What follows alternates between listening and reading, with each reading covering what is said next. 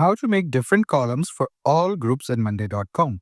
So hey guys, today in this video, I'm going to tell you how you can make different columns for all the groups here on monday.com. So the first thing that you need to do is you need to log into monday.com.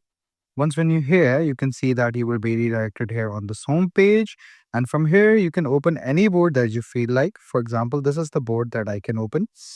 Now you can see that there are two groups here, internals and externals. Now, for example, if I create a board, a column here, it will be uh, appearing in both the groups. So for example, status. So here you can see that I can see one column of status here, and then I can see another column of status, which is right here.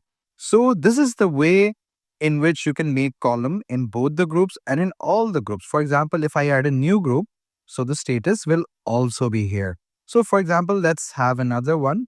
Let's have a timeline column, and it will appear in all the groups right here.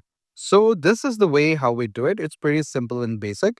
So I hope you found this video informative. Please do like the video and subscribe the channel to see more content like this.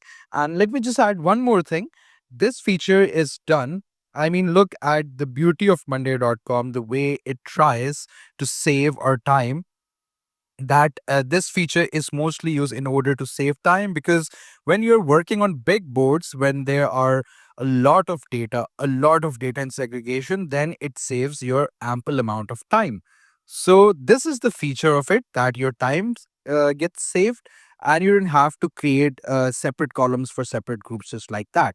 So even if we delete it from here, it will be deleted from all the groups. So that's how easy it is. So I hope you found this video informative. I'll definitely see you in the next one.